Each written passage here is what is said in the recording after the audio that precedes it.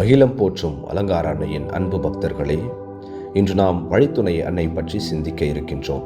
வழித்துணை அன்னையின் பக்தி 5வது நூற்றாண்டிலிருந்து பின்பற்றப்பட்டு வருகிறது.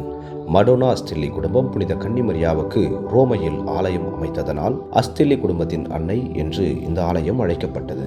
1540ஆம் ஆண்டில் இயேசு சபை நிறுவப்பட்ட பிறகு திருத்தந்தை 3ஆம் பவுல் 1541இல் புனித இஞ்ஞாசியார் மற்றும் தோழர்களுக்கு கொடுத்த முதல் ஆலயம் இதுதான்.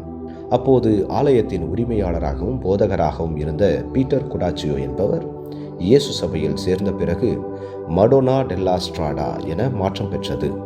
ரோமை நகர் ஜெசு திருத்தலத்தில் உள்ள வழித்துணை அன்னை இயேசு சபையின் தாய் மற்றும் பாதுகாவலியாக இருக்கிறார். மே மாதம் 24ஆம் தேதி வழித்துணை அன்னையின் திருவிழா கொண்டாடப்படுகிறது.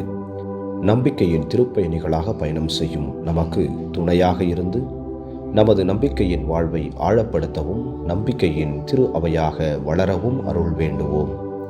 வழித்துணை அன்னையே எங்களுக்காக வேண்டிக் கொள்ளும்.